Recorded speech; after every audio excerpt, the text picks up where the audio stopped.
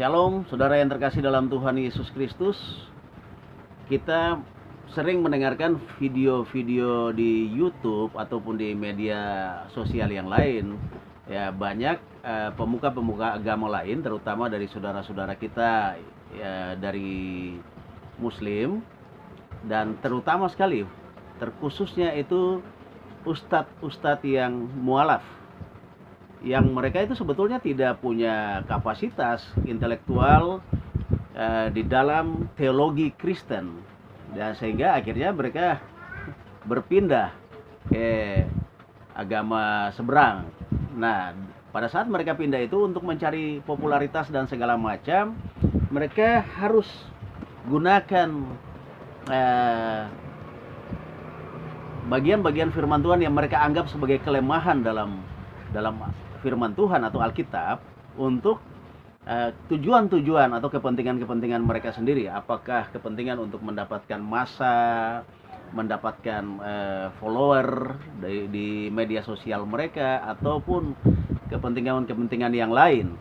Nah, kita bisa melihat itu karena ketika kita mendengarkan secara sepintas, seolah-olah mereka benar. Apalagi yang mendengarkan itu adalah orang-orang Kristen yang tidak mendalami tentang firman Tuhan.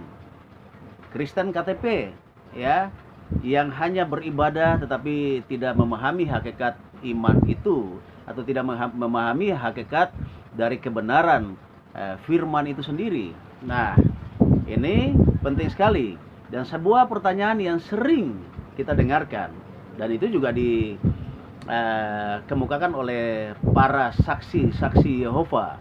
Mereka mengatakan bahwa ya, di mana dalam Alkitab Perjanjian Baru Yesus mengatakan Dia adalah Allah.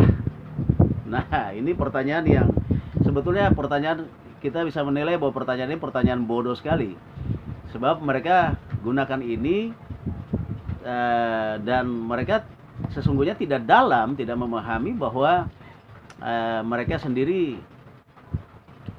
tidak belajar. Sebetulnya mereka sendiri lemah dalam menggunakan pertanyaan itu. Sebetulnya gampang sekali dibalikan pertanyaan seperti itu, dibalikan untuk mematahkan argumen mereka. Ya, baik ustadz-ustadz yang mualaf, yang dari Kristen pindah kepada agama Islam, maupun mereka dari saksi Yehova, sangat mudah mematahkan. Ya, kita tahu bahwa Yesus besar dalam tradisi orang Yahudi, di mana dalam kaum Yahudi itu mereka pantang sekali menyebut nama Allah itu secara langsung. Ya, pantang sekali mereka menyebut Yahweh, YHWH itu secara langsung. Tetapi dalam pernyataan-pernyataan yang sangat banyak dalam kitab Perjanjian Baru, Yesus mengatakan Dia itu Allah. Dia itu adalah Allah itu sendiri.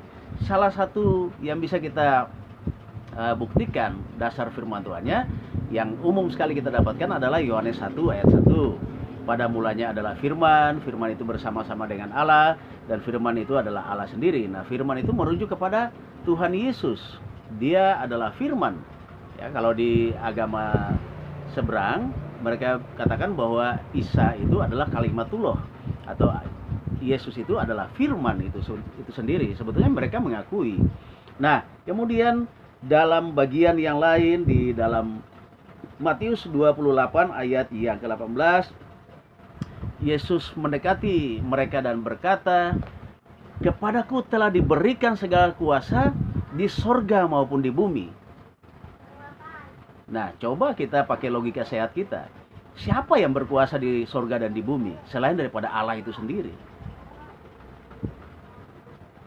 Hanya Allah saja yang berkuasa di atas sorga dan bumi dan semesta jagat raya, saudara. Sehingga ini pernyataan yang menunjukkan bahwa Yesus mengatakan Dia itu Allah sendiri. Dia itu adalah Allah itu. Nah, ini betapa bodoh sekali kalau umpamanya orang Kristen tidak pahami ini. Sehingga banyak anak-anak kita yang beralih kepada iman di agama-agama seberang. Nah, karena mereka tidak pelajari secara dalam.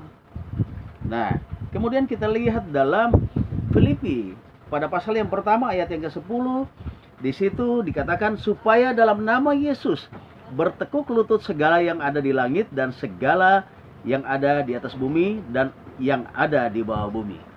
Siapa lagi yang punya kekuasaan sebesar itu selain Allah itu sendiri? Supaya di dalam nama Yesus, sekali lagi ya, ini ingat baik-baik nih, dengarkan baik-baik. Supaya dalam nama Yesus bertekuk lutut segala yang ada di langit dan yang ada di atas bumi dan yang ada di bawah bumi. Siapa yang punya kekuasaan sebesar itu? Kalau bukan Allah itu sendiri. Dan ini pernyataan Yesus yang menyatakan bahwa dia Allah. Jadi kalau redaksi, hanya mempermasalahkan redaksi kalimat bahwa Yesus harus menyatakan, aku adalah Allah. Tidak juga seperti itu. Tetapi banyak sekali bagian saudara dalam firman Tuhan, terlalu banyak sekali bagian dalam firman Tuhan yang membuktikan bahwa Yesus mengatakan dirinya adalah Allah.